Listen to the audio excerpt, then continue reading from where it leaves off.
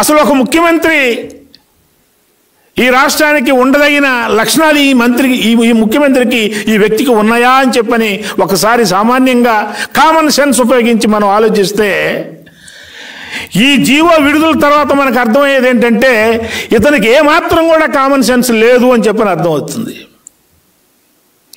ఈ రెండు సంఘటనలు సాకుగా చేసుకొని ఇవాళ తెలుగుదేశం పార్టీని అణచాలని చంద్రబాబు నాయుడు గారికి ప్రజల నుంచి వస్తున్నటువంటి ఆదరణను చూసి కుళ్ళుబట్టి కసితోటి ద్వేషంతో తీసుకొచ్చినటువంటి జీవో తప్ప ఇది మరొకటి కాదు అని చెప్పని చాలా స్పష్టంగా అర్థమవుతుంది.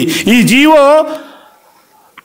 అమలు అవుతుందా అని చెప్పానంటే ఇప్పుడే చెప్పారు అశోక్ బాబు గారు, ఇది కేవలం ప్రతిపక్షాలకు సంబంధించింది. ముఖ్యంగా తెలుగుదేశం పార్టీని ఉద్దేశించి తీసుకొచ్చినటువంటి జీవోనా?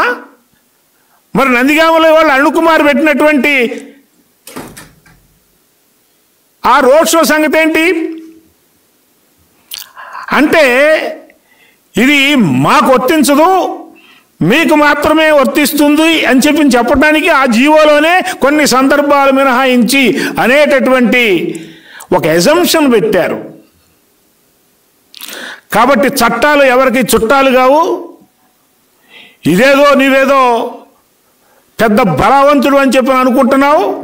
నువ్వు అత్యంత బలహీనుడు అయినటువంటి ముఖ్యమంత్రివి అనేటటువంటి విషయం, నువ్వు చేస్తున్నటువంటి పిచ్చి పిచ్చి పనులు, నువ్వు తీసుకొస్తున్నటువంటి ఈ పిచ్చి పిచ్చి జీవోలే ప్రబల సాక్ష్యం అని చెప్పని నేను అనుకుంటా ఉన్నా. ఈ రాష్ట్ర ప్రజలు ఆల్రెడీ నిర్ణయం చేసుకున్నారు. చంద్రబాబు నాయుడు గారి యొక్క సభలకు వస్తున్నటువంటి జనమే దానికి నిదర్శనం. నీకు నిద్రలో కలొచ్చింది, ప్రతిరోజు కళ్ళు వస్తున్నాయి నీకు. నాకైతే అనుమానం నీకు నిద్ర పట్టట్లేదు అని చెప్పని, నీకేదో వింతైన రోగం వచ్చిందేమో అని చెప్పని నాకైతే అనుమానం. ఆ రోగాన్ని నుంచి బయటపడాలి అని చెప్పానంటే ఇటువంటి జీవోలు తీసుకురావాలని చెప్పని నువ్వు అనుకుంటున్నాము. ఇతరులను ఇబ్బంది పెట్టాలని చెప్పని నువ్వు అనుకుంటున్నావేమో. దానివల్ల నీ పిచ్చి ఇంకా ముదురుతుంది. ప్రపంచంలో ఏ వైద్యుడు కూడా ఆ పిచ్చిని నయం చేయలేనటువంటి పరిస్థితికి నువ్వు వెళ్ళిపోతావు, గుర్తుపెట్టుకో. ఇటువంటి లక్షణాలు ఎవరికి ఉంటాయి? మానసికంగా ఆరోగ్యంగా ఉండేటటువంటి వ్యక్తికి ఈ లక్షణాలు ఉండవు.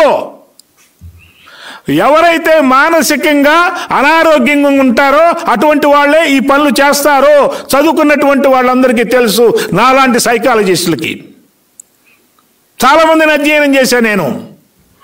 ఏ వ్యక్తి ఎప్పుడు ఎందుకు అలా ప్రవర్తిస్తాడు, ఇలా ప్రవర్తిస్తాడు అని చెప్పని. ఈ వ్యక్తి ఎందుకు ఇలా ప్రవర్తిస్తున్నాడు అని చెప్పనంటే ఇతని యొక్క మానసిక స్థితి బాగలేదు. ఎవరన్నా మానసిక వైద్యుడిని ఇతను చూపించాలి అని చెప్పని నేను అనుకుంటున్నా.